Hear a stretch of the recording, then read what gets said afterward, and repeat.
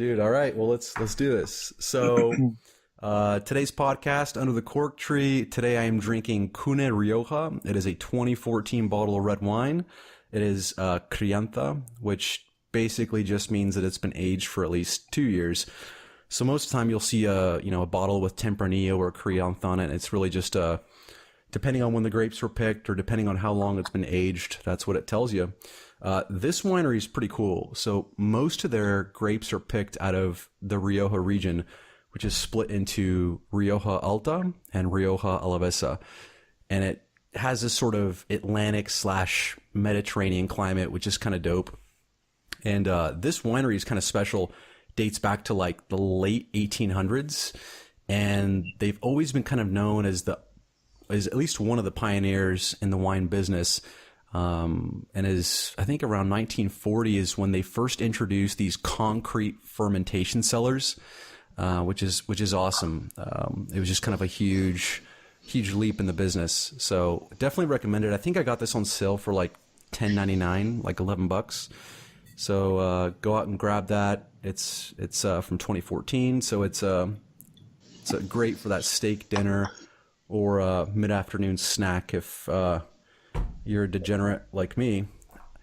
Today's podcast, really, really happy, and I hope I don't butcher the name, but because my family's from Spain, I have to say your last name, Diego.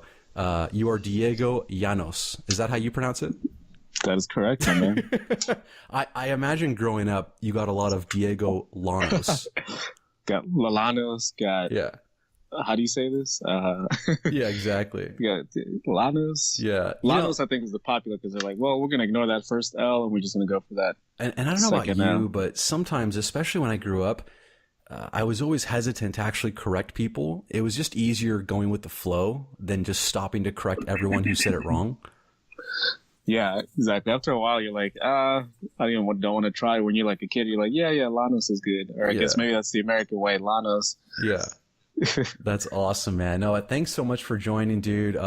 You've got an incredible background all around. I think if I just gave a quick snippet, a lot of your work has been consulting for agencies like Department of Health and Human Services, Department of Defense, Joint Chiefs of Staff, clearances. You've held secret, top secret. So a lot of your consulting in that sort of IT space has been very federal government driven, which is just awesome. I'd love to kind of get into a couple details on the podcast and see what that work's been like. And I guess before we jump into the work side, man, maybe we can start with where you went to school. So you went to U of Maryland? Yep, went to University of Maryland, College Park, directly from high school. So I kind of stuck around in the Silver Spring, Maryland area. And from there, man, just pretty much went straight to College Park. I didn't know what I wanted to do in the beginning. I was between engineering and business. So, the first few years, you're like taking the basic intro courses. You're like, okay, these are the requirements for each school. Mm-hmm. And then when I saw how much math you have to do for engineering, I was like, I think I'm going to tailor this to business school for now. Yeah. And growing up in Maryland, was University of Maryland like the place to go? Is that where you just kind of grow up? Like, for instance, spending a lot of time in Oregon, you grew up thinking of like University of Oregon Ducks, Oregon State Beavers. Like those are the two sort of cherished universities. If you make it to University of Maryland, is that pretty much it if you're from Maryland? Yeah, definitely the big school, man. If you're in Maryland, that's like the school you shoot for if you're, staying in state. So people that want to go out of state, I'm sure they look around for other universities, but College Park is the big one. Then you have their like the Eastern Shore version that's further out, depending on location. And then you have some other ones, Towson, UMBC, the Baltimore one is pretty big. But essentially, like Maryland, all those schools or those colleges are just basically Maryland schools, but like the one that has the main title is the University of Maryland, College Park. Mm-hmm. And I think it was back in maybe 2009. This is just after I graduated from American in DC. I used to hear from my buddies like Jimmy, who you know, and Nishant and a couple others that there was this place people would go to on like Thursday nights if you were near campus. I think it was University of something. Maryland. Yeah, was it like Thirsty Turtle or something like that? Thirsty Turtle, indeed, man.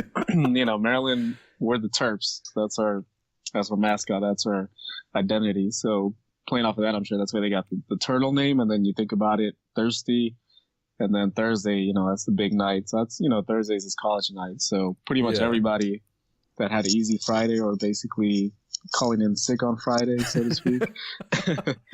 Thursday night was the shit to get out there because first of all, it's packed. Yeah. There's like a 2-level. The closest thing you get to like a mega club in the College Park area, but Yeah. it's pretty big. If you compare to some like DC clubs, it's like pretty huge spot. So yeah, you had the 2 levels, you had the, little stamp to get in, show your college ID, and it was just popping, man, every Thursday. And I think the first time I actually got introduced it was like during the summertime. So like, I think it had just opened. So it was like pretty, summertime kids are going back home. You have a few that might be doing like summer school. Yeah. But man, one of the best summers was I think it was summer of 2007. So basically Thursday nights, they had 25-cent drinks. So you go up to the bar with $1. What? You come back with 4 cups of like, you name it, rum and coke, vodka mixed with whatever you want. And pretty much it was like awesome, man. Pre-game spot. Pretty much get fucked Usually- up for like Yeah. $5. Or have like a good pregame, spend $5 and then head out to DC or something. Or just hang around there. I think I don't know if I ever made it out to Thirsty Turtle. I think the story goes that they shut it down. Like someone was stabbed one night. Is that true? I from what I heard, I think there might have been some violent incident, but the majority was just a lot of underage drinking they were trying to crack down Yeah. on. And I think the biggest thing was probably like the bars that were around that same stretch of blocks that, I'm sure they did what they could to kind of shut it down just because the competition was steep. You got the cheap drinks, you got all the college student kids going there, and you probably, got your business if you're bar owner around there. Like you're like, damn, where's everybody going? Why are they going there? Yeah. Well, Let's see what the dirt is. at least at American, and American's a private school. Is University of Maryland public or private? Public. Okay. And I don't really know if that means much in terms of whether alcohol is allowed on campus, but American U was actually a dry campus. Like you were not allowed to drink on campus. And so you had to be kind of secretive and smart about drinking on campus because it definitely happened, right? Everyone has a fridge and everyone has, A friend, a friend, and yeah, an older exactly. schoolmate. And so there's always ways and people you can reach out to for it. I remember my first day on campus, literally just got off the flight, took the little, train or the hell is it called? The metro? Yeah. I took the metro yeah. from like Reagan Airport. I stepped foot on campus and I met like a junior or senior who was like, dude, hey, my name's Jim. If you need booze, just let me know. I'll buy it. I'm the guy. that was like my first day. And I was like, man, here we go. College life. But, College. yeah. Drink it in, man. But, as far as like partying and stuff like that goes, when you have a dry campus, it sort of gives you an incentive to get off campus to try to do it, whether it's like using a fake ID or going to some sort of frat party. Did you ever do that? Did you ever do Greek life? So I wasn't in a fraternity, but I had some friends that pledged. I met some cool people. There was actually a Latino sorority and fraternity. So I met a lot of through some of the classes I took. I met some people that were involved. So it was pretty cool. It was just nice for me is like time wise, and then the commitment you have to be on campus because I lived off campus. So just didn't really pursue it, but I knew people that were there. Went to like a few parties here and there, so it was pretty cool. But didn't pledge myself. Yeah. Although you see the crazy movies, you're like, man, is all that stuff really true? You got the hazing, you got the pledging, all the crazy stuff you got to do. I don't know, but yeah, I saw quite a few friends go that route. Man, some of those fraternities are pretty secretive. Like you wouldn't know if somebody was rushing or somebody was trying to get a bid to rush the frat until maybe after they were admitted. They got to keep it kind of like a secret, like on the low. Like you wouldn't know till it's announced, till they got the names. Like, yep, I'm in it, or they're wearing the their T-shirt or their the logos. But definitely, I think that's one of the key things. Like, you're not supposed to tell anyone that you're pledging. And I think if I could be wrong, I don't know, if it gets found out, you might get like kicked out of the whole process. Dude, I'll never forget freshman year. It was my first semester of literature, and I had this brutal class. Like, not because it was hard, but because it was at like 8 a.m. in the morning.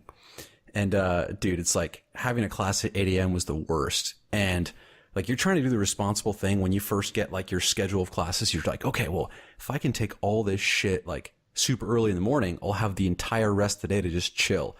And you don't realize, like, dude, time goes by so quickly in college. And because they never really turn those dormitory lights off, it's kind of like a Vegas casino. You just always think it's open, and you always think it's like daytime or not time to go to bed. Dude, before you know it, man, it's like 3, 4 o'clock in the morning, and you have class at 8 a.m. and you're fucked. You're like, this is a bad idea. Yeah, I'll never forget. In that literature class, one of my buddies, he started showing up like to class in like weird outfits, man. Like like those like what do they call them? Like assless chaps, or you know what I'm talking about? Like chaps. Yeah, like buttless chaps, like the leather ones. They're all black, like something you'd see out of like Full Monty or something like that. Well, my buddy, so ass out, he's walking into class. Yeah. My buddy comes into literature, and we sit in this like big group circle and like talk about each other's papers and talk about famous authors and like, you know, their passion for writing and their style. And this guy's wearing like something you've just seen out of like, you know, a gay bar or a gay club. And no disrespect to that lifestyle, but you know, it was different, especially since, you know, I had known him, at the start of that semester.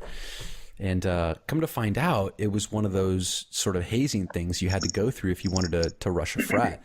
And dude, our professor at the time turns to him and it's like, does your mom know you're a cross-dresser now? You know, I don't know. That's what college is for, man. Experimentation. You gotta find yourself. You gotta, get your identity out there. You gotta be comfortable in your own skin. It is. Or show some skin, whatever. Or show some skin. Yeah.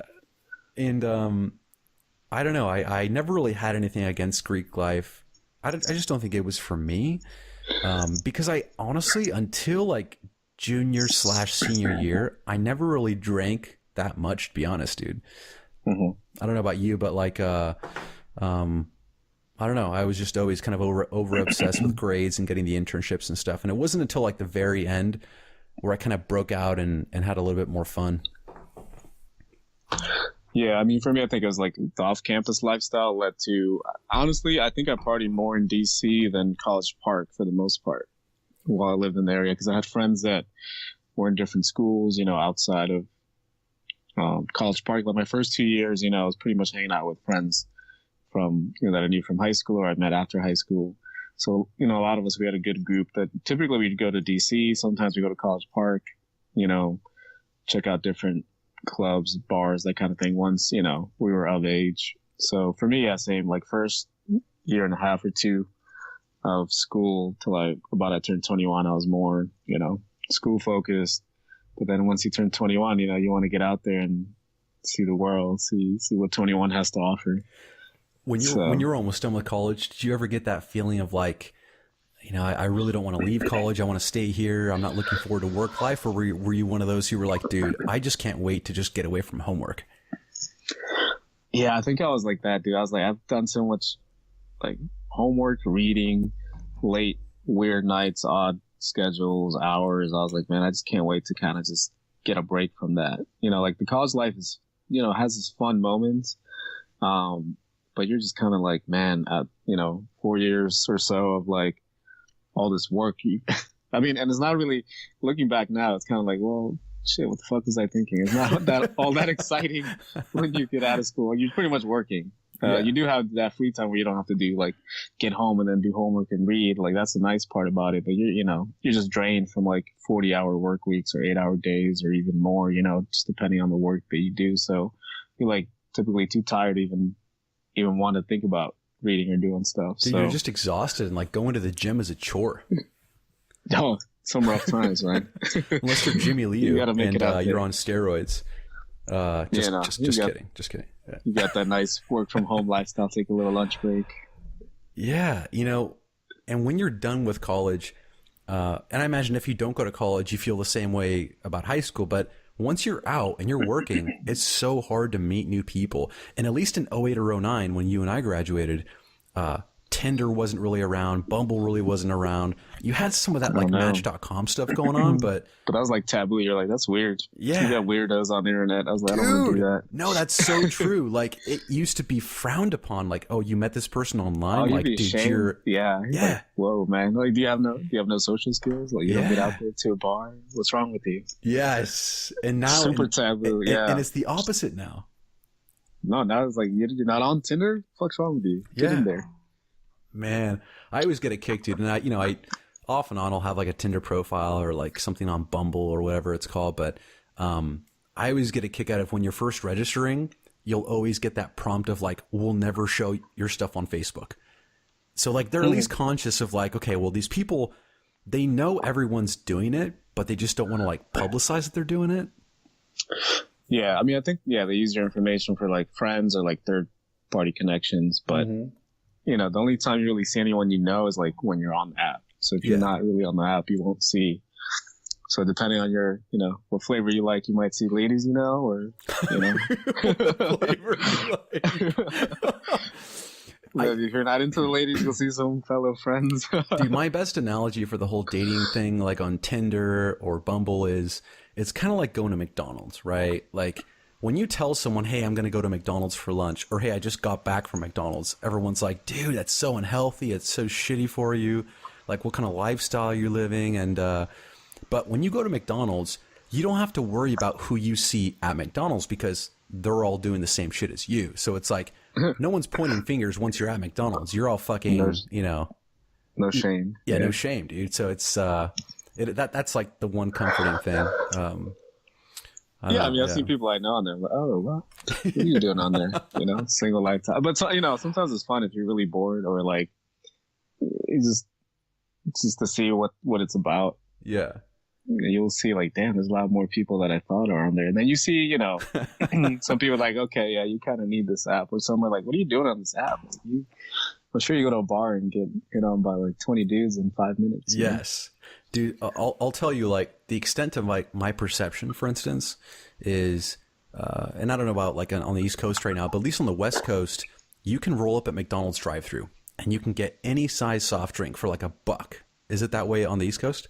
Yeah. Dude, so like, okay, so even if you don't want to eat like a cheeseburger or McNuggets, like you might want to roll through for like a large Diet Coke or a large Sprite or a coffee.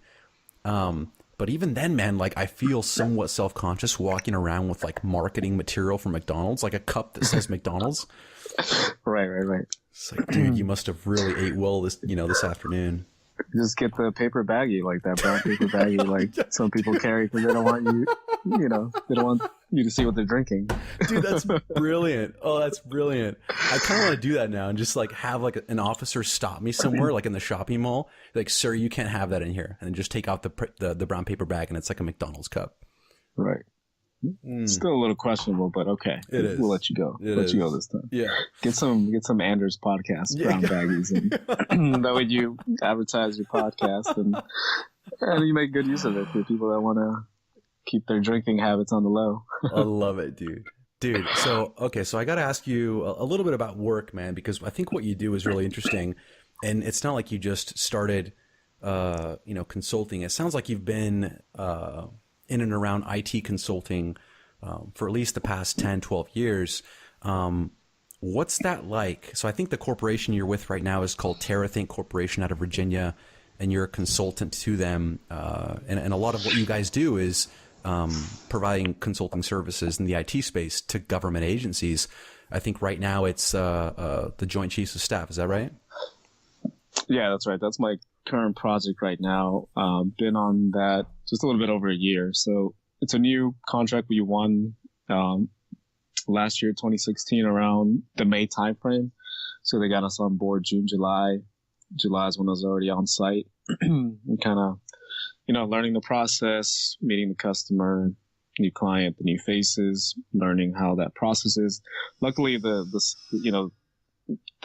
system they use, that financial system, is pretty similar, if not exactly the same as the one that my previous project was using, because they used to be kind of a similar organization, or at least they were partnered up, a few years ago, but they split up. So the system is the same, but the joint staff has a little bit more customization with it. So there's like a few applications we have to learn. And it's pretty interesting, man. I mean, if you just from taking what I learned in the previous project, applying it to this system and just kind of learning and working through different issues, you just kind of pick it up. And now, a year later, I'm a lot more confident in, what I'm doing and the service you're providing. And then I'm on site. So I'm not always necessarily face to face with the client, but at least, phone and definitely see them here and there, just because we're in separate offices, but we're on site, to provide that service. So it's pretty interesting, and definitely an experience when you're working for government agencies and when you're at a client site and that kind of thing. So right now, your primary client site, where is that? So client side, so our project is kind of big. So we have people that are off site, at a office out in Herndon, Virginia. So the majority of them are on there. And then a few of us are actually on site where the client is, which is inside the Pentagon in, Washington, D.C. Man, I can't tell you how many times when I was living in D.C., how many times I passed the Pentagon. Dude, that thing is a fortress, man. It's huge, man. And the funny thing was, my previous project was, kind of drive into the garage, take the elevator up, walk a few steps, you're at your desk. Here, actually, Metro in. So from the main Metro entrance, dude, you still got my first office was like a 10-minute walk from the main entrance just to get to my seat. Your first day on site at the Pentagon, is it fair to say maybe you were a little intimidated? Do most people get intimidated just by being there? Yeah, man. I mean, if it's your first time going there, first of all, you're a little lost because you know where you're going, but you can tell it's pretty secure because there's if you're a visitor, you kind of go through a screening that's kind of like airport security. So, you go through the metal detectors, got to take off the belt, the shoes, you get wanded down, but if you're, an employee, you work on site, there's at least 2 or 3 checkpoints where there's, Pentagon police officers that, check your credentials, check that you got the right credentials, and then, kind of watch as you scan, swipe in and enter. So a lot of times you're walking through and you just see a police guy with a gun. You're like, oh man, they're not playing around out here. Fuck with him, dude. Yeah. which makes sense, after, all the crazy stuff that happens, but, they're super cool. They're just doing their job, but it is a little intimidating the first time you get there. But now I'm just like, oh, guns? Okay, yeah. This is just when I think of Pentagon, I think of Men in Black, like guys in black suits with shades and that little tool that erases memory. Right. You press the wrong elevator button and you go down 20 levels to the secret facility. No. And I asked Jimmy, who I had on the podcast a couple episodes ago.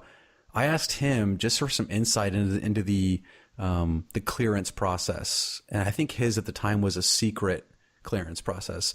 I was like, man, do they call your friends, your family?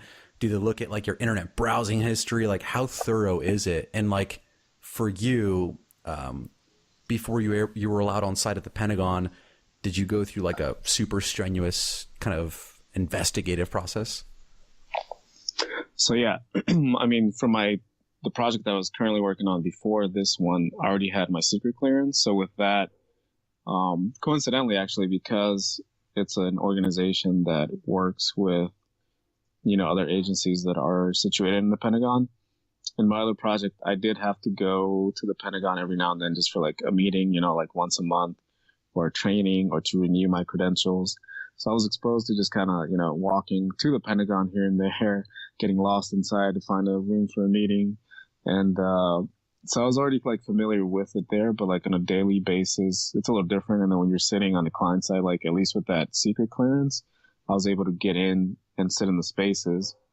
But because of the nature of the project, they put us up to just about last year to put in the top secret investigation process. So that's, yeah, and it's pretty lengthy. I don't know, because I think for a lot of people submitting for it, they got to go through the whole, like you get put up on the queue, you go through the checks. So eventually you get an interim clearance, which is like once you've gone through a few of the background checks, and I guess, however they determine that works, you get your interim.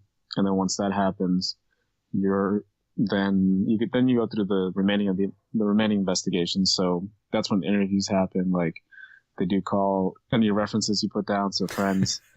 I know Jimmy probably got called. I know he got called the first time around for sure. And actually I had just had my investigation or my interview about 2 weeks ago for the top secret now. So yeah, man, it does take its time. And what I did notice is from secret to top secret is a little more thorough. They want a little more details. There's additional questions and that kind of stuff. So I'm sure the higher you go up, the more of like what kind of color underwear you wear, they'll probably know. Dude, I believe it. I believe it, man. And so once you get the clearance, give me like a few examples of things maybe they tell you, look, now that you have the clearance, you definitely can't do XYZ, like download music or pirate this, or do they give you like a guideline for that?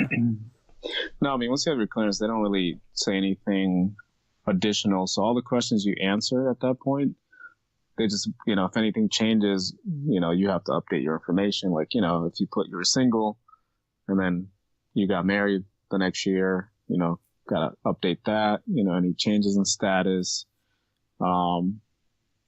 things like that. So, they ask a lot of detailed questions of all different areas of your life, but they don't really say, don't do this, don't do that. Pretty much you just have to follow the laws of the United States. They pretty much assume hey, you've been okay till now, just keep doing what you're doing. Exactly. Like, and pretty much I think from all the questions you answer, you can kind of tell, and it's not even like, don't do this, don't do that. It's just like, basically you as a person, what's your story? What's your information? What have you, how do you answer these questions?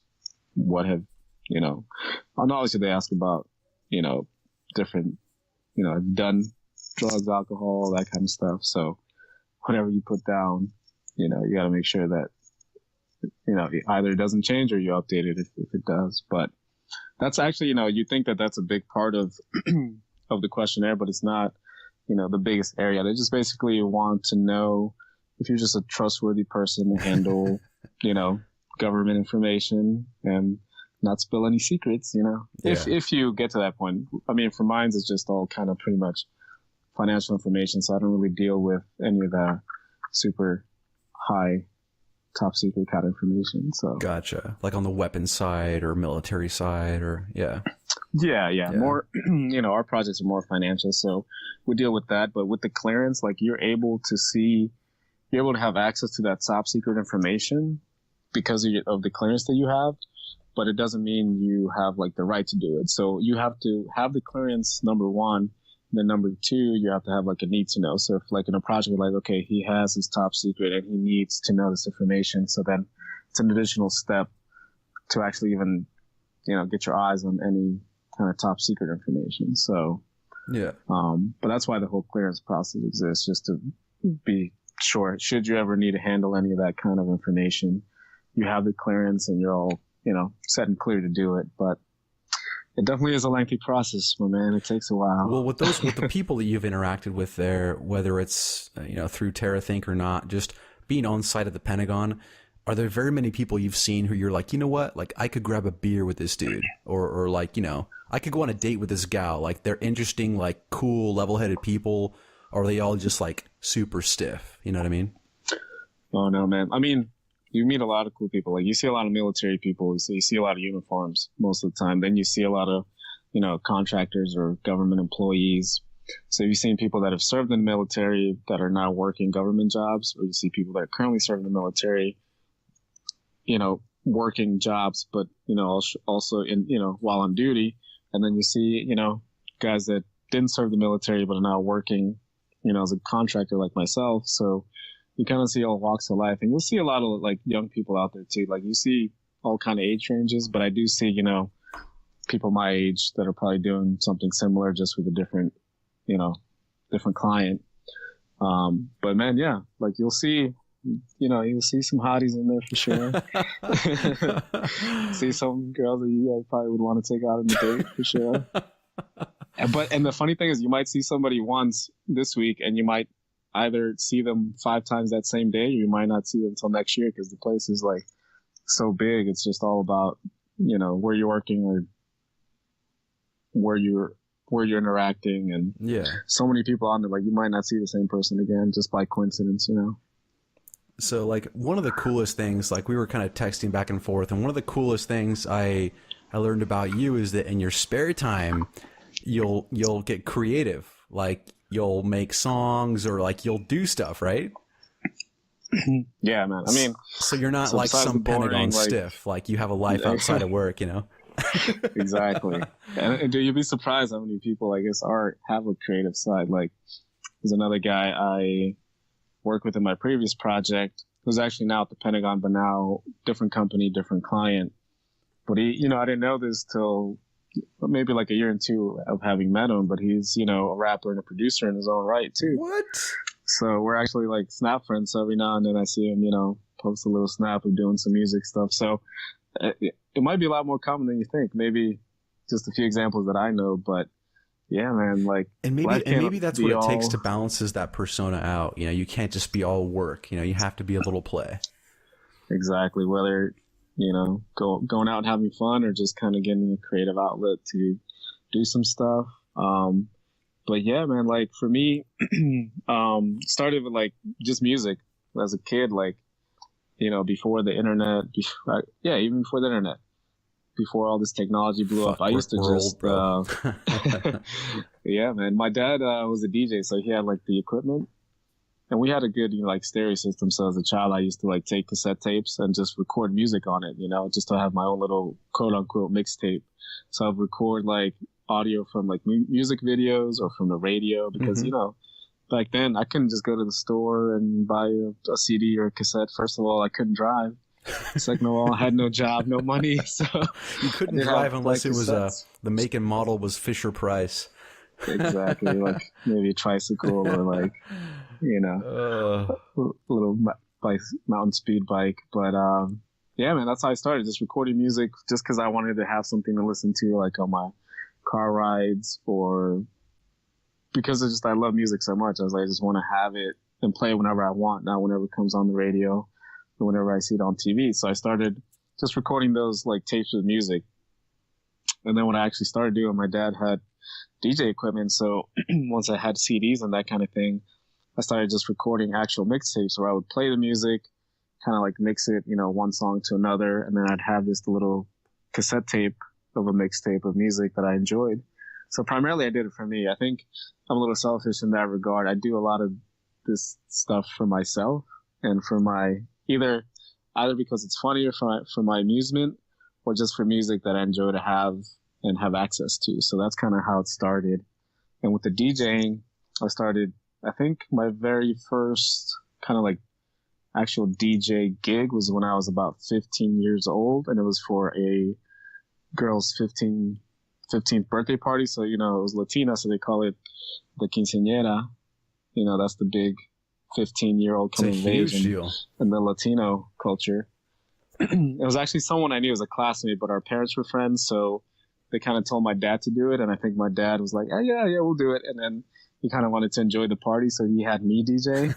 He initially was like, hey, we're both going to do it. I was like, you'll kind of get your feet wet, be the assistant. And I was like, dope, let's do it. And then we get there, we set it up. He's like, all right, take over. I was like, what? Yeah. He's like, I'll be over here drinking. Think about it. There's a girl I knew, classmate, and so there was naturally other people that I knew, and I'm up there on like the fucking turntables, like about to play music with classmates that I knew. So that's pretty cool, but also a lot of pressure at the same time. Like, if I suck, they're gonna blame me. Dude, if you fuck up, like you're done. Like you're done. You know what I mean? Like at that age, if I don't play right? music that, yeah, they like me, like, oh man, you sucked as a DJ. Or if you do a good job, you're like, hey, you're the man. So luckily it went well, man. I played a lot of music. And then the one thing you learn as a DJ is like, you could be playing music you like, but it doesn't mean everybody else enjoys that same music. So you got to kind of do half of like what you think the crowd would like, what you like, what's popular, but also kind of, be willing to take someone coming up to you every 5 minutes and say, hey, can you play the song? Can you play the song? Can you play the song? So it was definitely an experience, man. So that's how the DJing part of it got started. I know Jimmy knows about that. And as soon as you sent me like via text those audio files, I sent them right off to Jimmy. He's like, dude, sounds like someone's been talking to Diego. Sorry, DJ Diego. That's right. So that's actually my alter ego right there. So we have Diego, University of Maryland, works as a contractor, financial, IT. But now we have my other persona. So the DJ Diego is, the kind of not the stiff part of myself. That's like the loose, the creative, the reckless, the funny, the let loose kind of guy. So if you think about like a Dr. Jekyll, Mr. Hyde personality. So that's the other flip of the coin. That's fun though, man. Dude, like I could see you like with some slick back greased hair, like DJ Diego with some huge like $ chain around your neck, like one of those wrap necklaces. Yeah, so that was like Halloween one year I did based off of DJ Pauly D's character in Jersey Shore. Yes. So I had like the chains, I had like the Yeah Buddy jersey, had like this like wig, like kind of just like Pauly D type of hair, because I actually was like clean shaven at that time, so I had very little hair to work off of. But yeah, man, that was me, man, that year. Dude, so check this out. Quick segue, because we're talking about, being the cool dude, the cool DJ guy, attracting the women and stuff. I was at work like a couple days ago, and apparently like this is a thing, dude. I'm just so out of the loop. Like ever since Jersey Shore ended, like my knowledge of like pop culture and stuff has really like just fallen off a cliff. Dude, for me, like Jersey Shore was fucking awesome. I love that show. I equate that with the Thirsty Turtle days. So you would watch the show and then go to Thirsty Turtle. Exactly. It's so nostalgic, man. And I was at work a few days ago, and like I was talking to this guy. He's like, dude, like, you know how girls be going dick chasing, right? I was like, I guess I do now. He's like, yeah, girls be going dick chasing, but you know what guys do? I was like, what? He's like, poon trapping. I was like, so apparently, like, dude, these are like traps out? Yeah, you set traps out there to catch that poon. Ugg boots with a little box that falls down and catches them. Like, I can just imagine, like, in some sort of flannel sweater or shirt, just like, out there in the woods, just setting traps for poon. I'm just so out of it, man. And Jersey Shore ended like 5-6 years ago. Have you heard that? Is that a thing? I've not heard about poon trapping. Poon trapping. Oh man, must be like an online class you can take, or yeah. He did say like, poon trapping is not so on the down low, but the D chasing or like the dick chasing's like, super down low. Like women are much more quiet and like secretive about their antics. I get that part. I feel like that's true. I think they should retire that word poon chasing and change it. They need to rebrand that to something cooler. Dude, it's just terrible. But terrible. The idea of it, I agree on the female side. They are more sneaky than men. Like they're less obvious than we are. We see a hot girl, dude, our eyes like pop out of our sockets. We're like that Looney Tune wolf character from back in the day, clapping and howling. Dude, so it's pretty obvious when a guy likes, checks out a girl, likes a girl. But girls are more sneaky because they do it more on the down low for sure. But here's what's funny though, is if you were to ask, like, let's say you surveyed 10 people, I bet at least 9 of those people would tell you that women are more emotional than men. Yet in this discussion, we're talking about women being able to keep a lower profile than men and not be so irrational and not be so, reactive or instinctive. And it's like, it's funny, right, dude? Women are smart, man. They're fucking smart. Is this gonna air? Like, I don't want to admit it. I don't want to admit it, but it's true, though. Dude, well, it's cool if it airs under DJ Diego, so. Right. Hey, man, you guys are dumb, dude.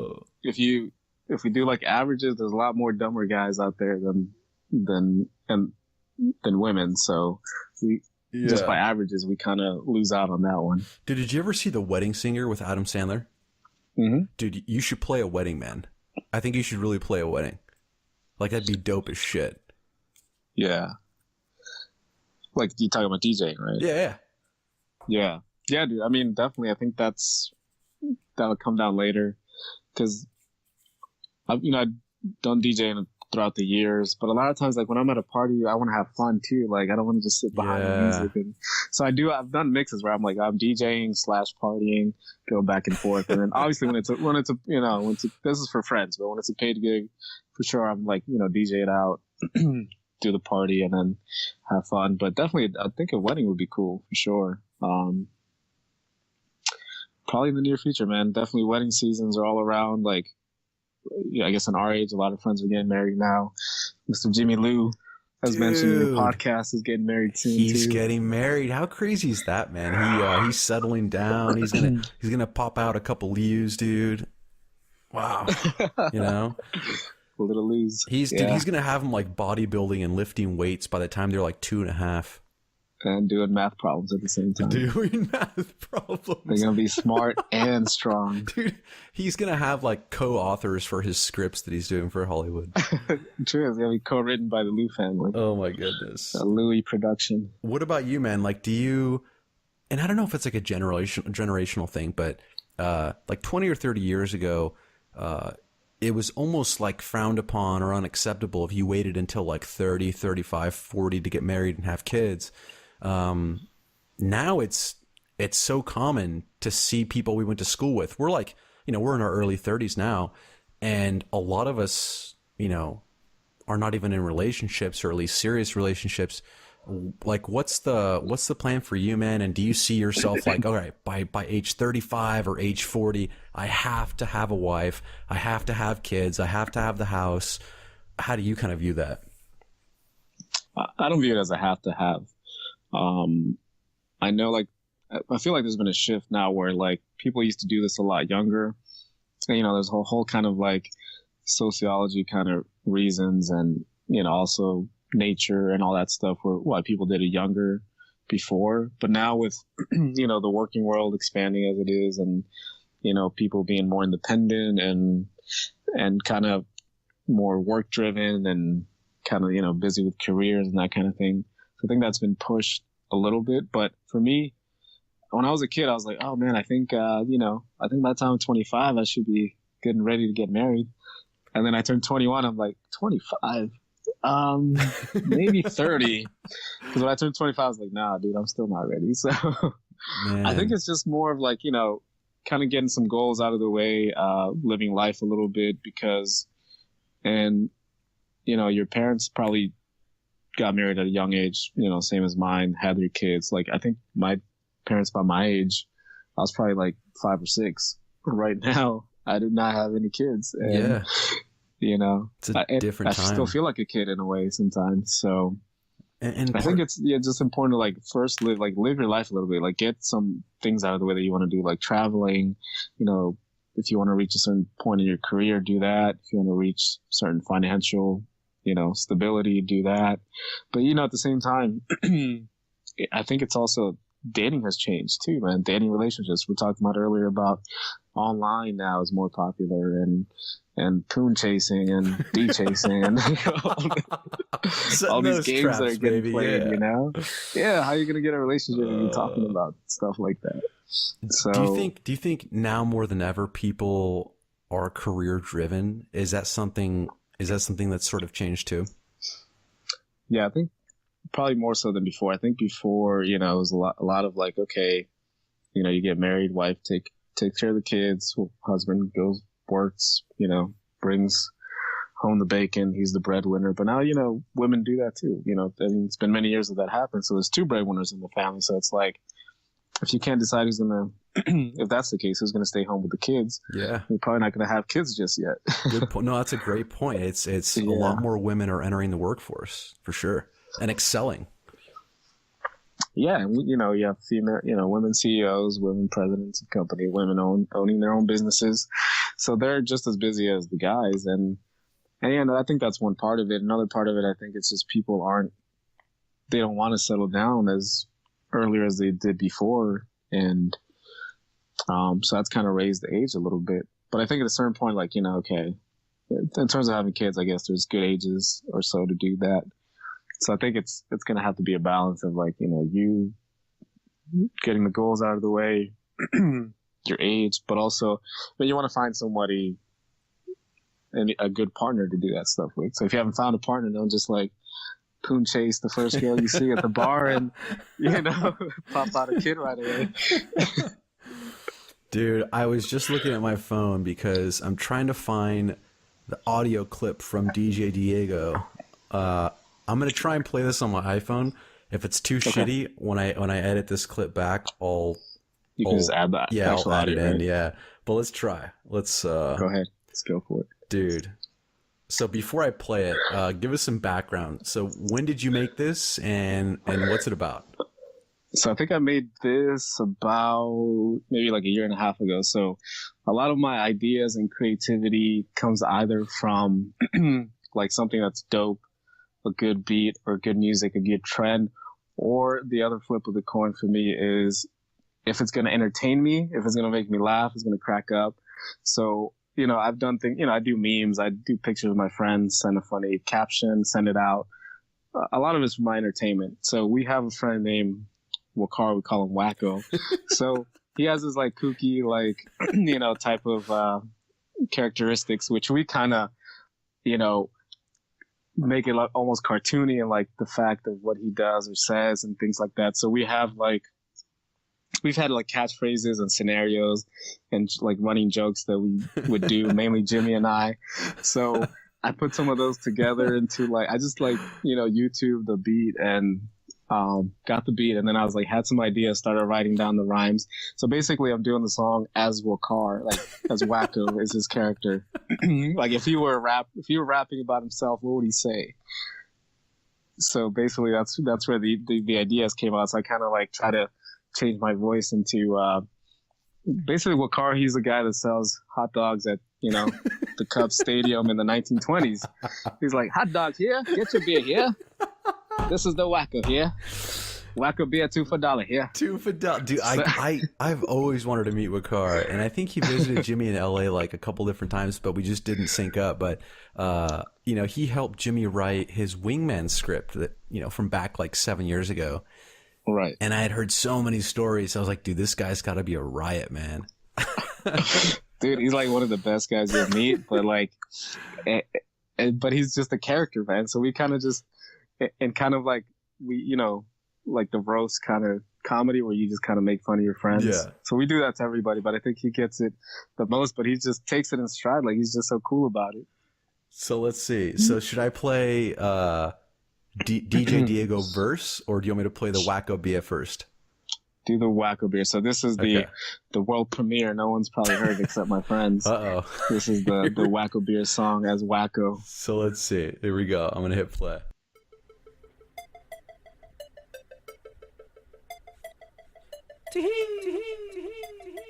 Wacko here. Yeah. Get your Wacko beer here. It's Wacko here. Get your Wacko beer here. It's Wacko here. Get your Wacko beer here. It's Wacko here. Get your Wacko beer here.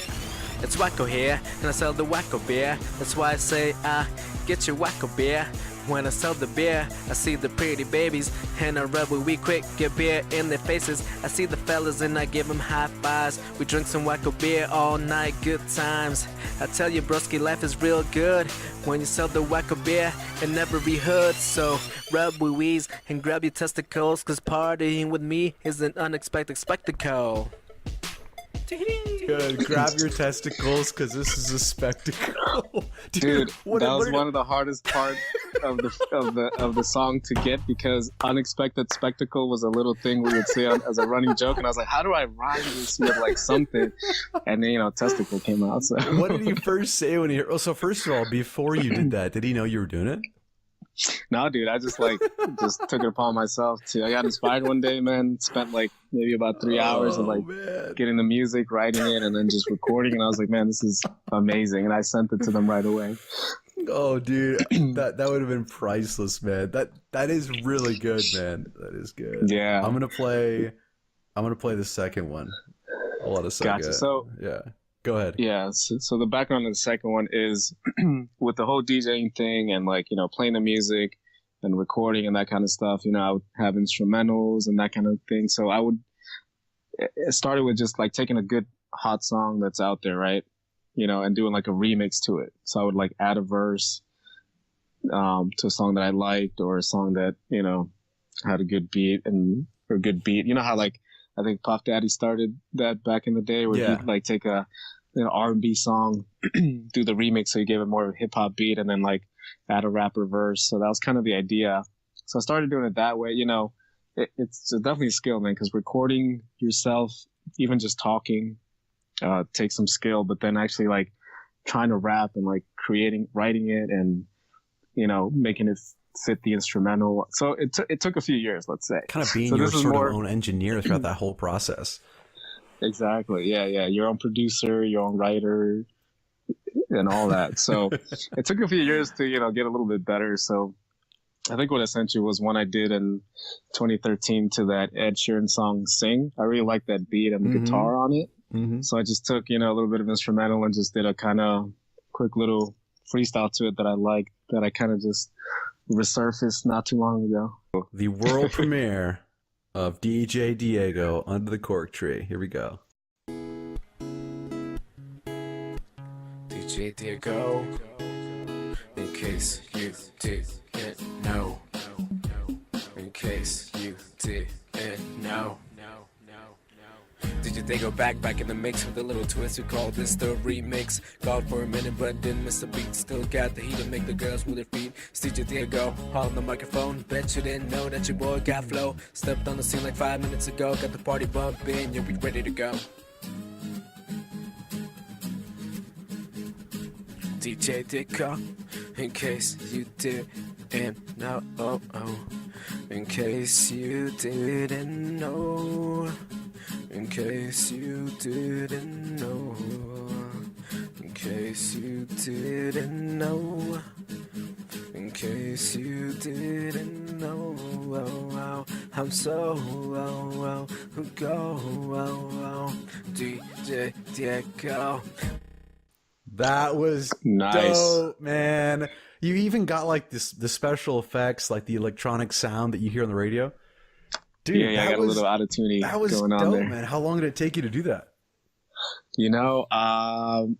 So first, typically I'll write something down, right? And then I'll kind of listening to the instrumental, kind of trying like saying it and writing it down. And then when I start to record, that's kind of when you know for sure if like the whole thing is going to work out or not. Cause I might be writing something and it's like, I might have extra words or whatever. So you kind of have to let it flow like with the music, but also, have a kind of well-written verse, or at least something that makes sense and sounds good.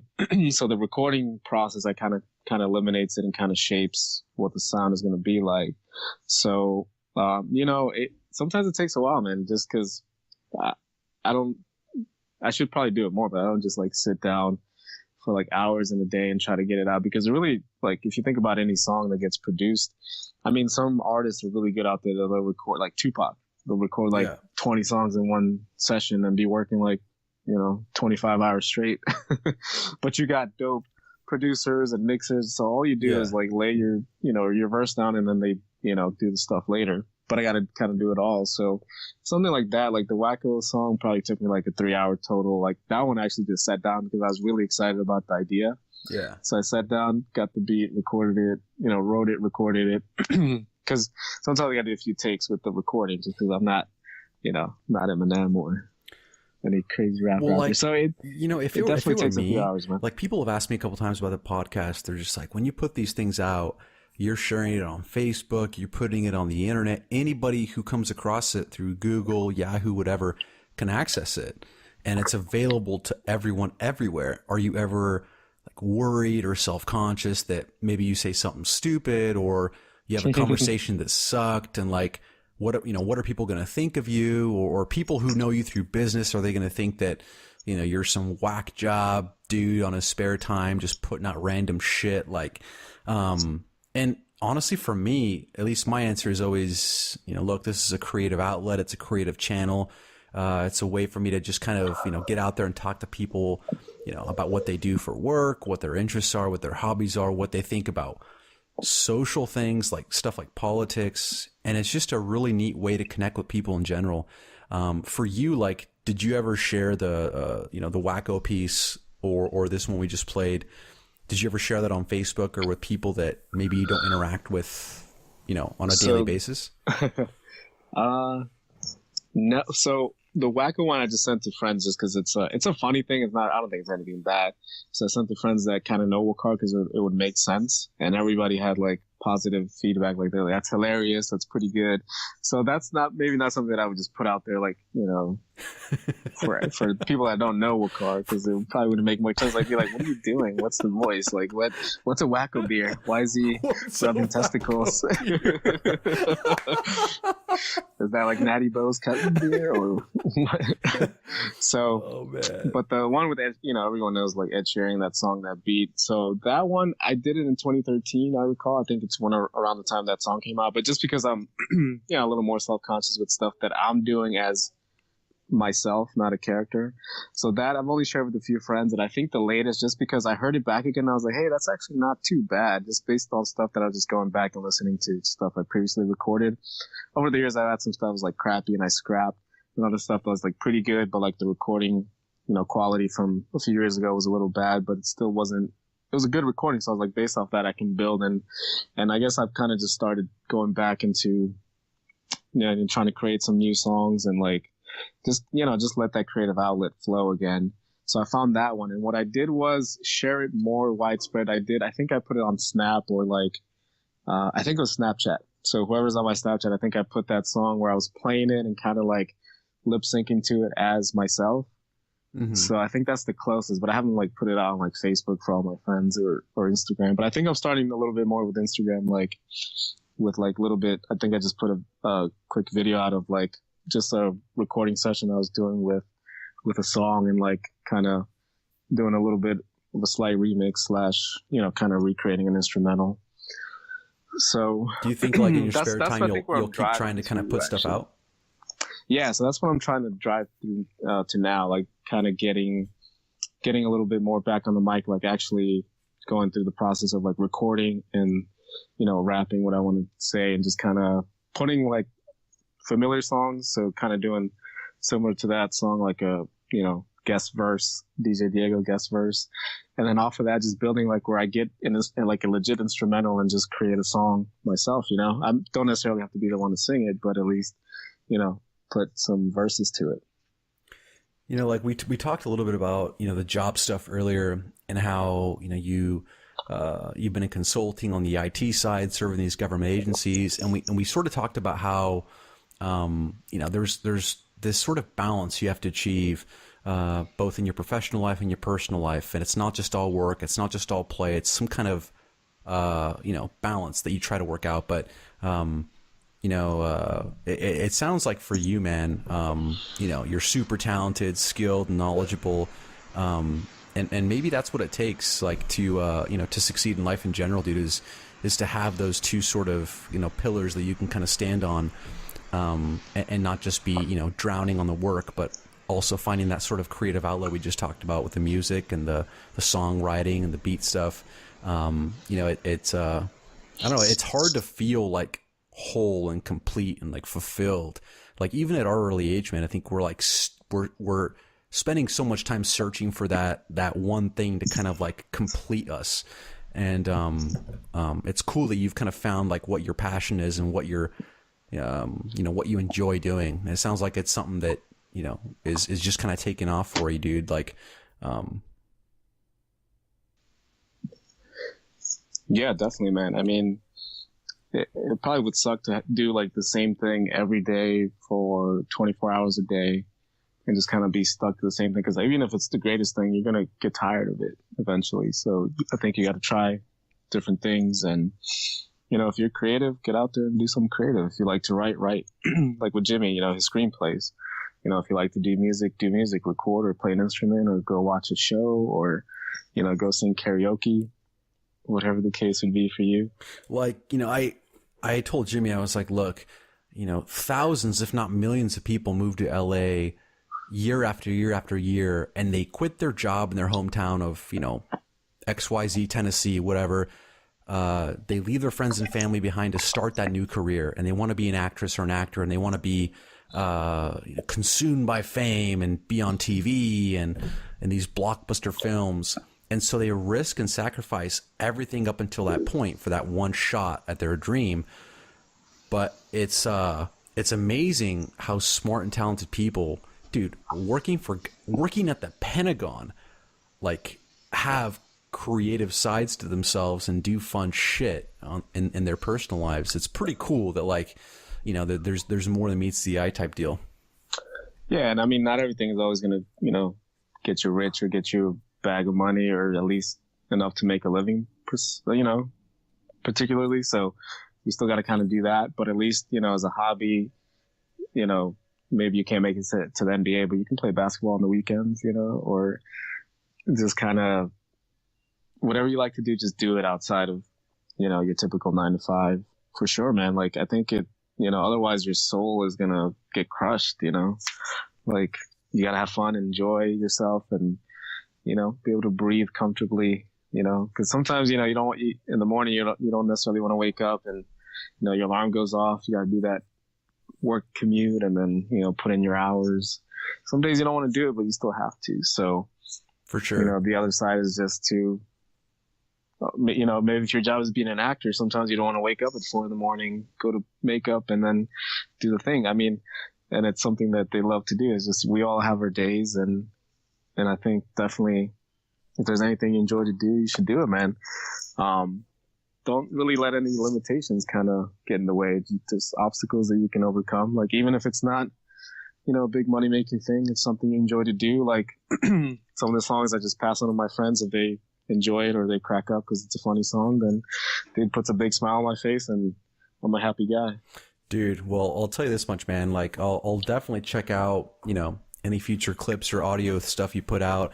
And when Jimmy gets married, dude, I think we should, like, if he hasn't already asked you, we should make him ask you to be the wedding singer. and dude, you can still work it out where you can party and drink too at the same time, so we're good. I think he said something along those lines. He wants me to, like, do the MC or do some talking.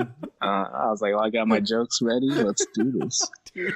I'll maybe create a new song, call it the Jimmy song, the Jimmy Lee song. Yes, dude. It'll be the premiere at his wedding night. Gosh, well, dude, it's reveal some deep dark secrets out there. No, that one time in Mexico. No. It'd be more like that one time in Vegas with Carl, but we won't get into that. But so, dude, it's been bachelor party. Yeah, dude, it's been super real, man. Thank you so much again for taking time. You're just an awesome dude, and we'll have to fucking connect, man. I know Jimmy's wedding's next year, but if that's you know, the next time we all kind of meet up as a group, dude, then so be it. But I'm stoked, dude. I'm stoked to fucking to chill one day. Definitely, man. Like, I know we're Facebook friends, but I know Jimmy's talked about you, but I don't think we've met. But definitely we'll have to make it happen, man. Dude, thanks again, man. And dude, DJ Diego signing off, right? Yes, actually. So before we go, I wanted to leave with maybe a little freestyle flow. Oh, just to kind of close it out on the show. Please, dude, it's all yours, man, when you're ready. All right, man. So I'm gonna do this like that show Wild 'N Out, no beat. Nick Cannon. You know, I don't know if you watch it. It's like a few guys are always like, DJ Direct, cut the beat. We're gonna do this flow. All yours, man. Because sometimes you know, the beat messes up your flow. Like, you know, you want to take your time with it, or you want to spit it a different way. But all right, man, it's a little something. All right. Okay, no beat. I'm going to do this off beat, off key, and softly, like wood in the morning, but oppositely. They asked the kid to spit a rhyme, but I ain't got time. Actually, I just got an hour. Daylight savings time. I was Superman for Halloween because I got that super ween, but I don't save them hoes. Superman saving business is now closed. But faster than the speed of light, I get him in the eye. Then quicker than a locomotive, I lickety split. quicker than she agreed to, just a tip. Penny wise for your thoughts, cause this is it. Brainy with the words and we stay lit. I love my rice and beans, they make me strong. Can't forget that guacamole or you'd be wrong. Charge me extra? Bitch, move along. Or else I take my business to In and Out. Shout out to LA and Vegas cause they call me repeat business cause I'm in and then I'm out. Yeah, I'm a little brown. Dope like Gambino. If we were in Italy, call me El Bambino. But since I'm Latino, call me El Bambino Tito. From El Barrio Fino, so WWE, like Alberto Del Rio. All jokes aside, wait, you thought I was kidding? I'm a star like it was written. Easy on the eyes, easy on the kitten. Yo, check your girl, she's smitten. But I said I was kid in. Pie with the cream, call me hostess, I created that. Afternoon delight, I wet the cat. No Jimmy hat, oh damn, I may regret that. But dessert is served, no softie. Whipped cream on top, and we did it so frosty. Snowman in the winter, no Grinches is here. And don't forget that winter season wacko beer. If clown was a profession, man, I'd be a pro. YouTube, Facebook Live, IG filming, GoPro. But even so, I'm still DJ Diego El Pro on the motherfucking podcast with my man Ander. Not to be confused with no Anders, but he still got game. Man, and I'd be remiss if I didn't shout out and diss, roast, and spit a few bars for my homies behind the bars of relationships. Free Wacko, free Mario, free Jimmy, free Steve-O, free Easy, and more recently, free Mick Millie, but that's another topic. And to the ladies that know the Diego Go, a wink and a smiley, you still got the number, then hit me though. And I'm gonna end this like this, cause I don't wanna miss a thing, since I've been steady rhyming. Stronger than my vitamins. I'd be the most interesting man in the world. But bitch, I don't drink Heineken. Oh, that's it, man. Oh, that was awesome, man. That was super cool, dude. Dope.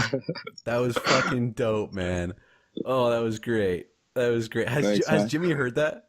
Nah, dude, that's a world premiere. Another world premiere. That was fucking great, dude. It's a fucking pleasure, dude. It's an honor. Oh, that was awesome. Dude, Thank you, man. You should lay that down on a track, throw a beat on it. That was good. That was good.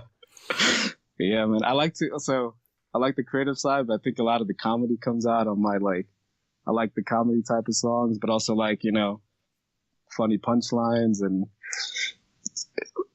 so it's hard. I like to be a little funny. It's hard enough to rhyme, but to take it up a notch and make it funny and comical, that's something else. That's cool. Oh, dude. Yeah, Thank you for sharing that. That was dope. And it's probably even harder than it seems, because having no beat in the background, just straight up rhyming, that's tough, right? Yeah. Dude. It gives you a little bit of wiggle room, because sometimes if you're thinking too much and you get off the beat, you're like, oh damn, messed up. But yeah, definitely. For my homies behind bars or relationships. I was waiting for Jimmy's name, dude, because I was like, that means Jimmy's behind bars. Oh, you know it. As a single man, I get to kind of rag on my fellow man, you know? Dude, it's been fucking real. Thank you again, man, for taking time, dude. And we'll catch up again, and this won't be the last you guys have heard of DJ Diego, right? Definitely, man. Appreciate it, Andrew, man. Thank you for having me. It was a pleasure on my side as well. Maybe we'll do it again. We'll see. Thanks. Maybe we'll get Jimmy and me and you. The whole crew, baby. Yeah.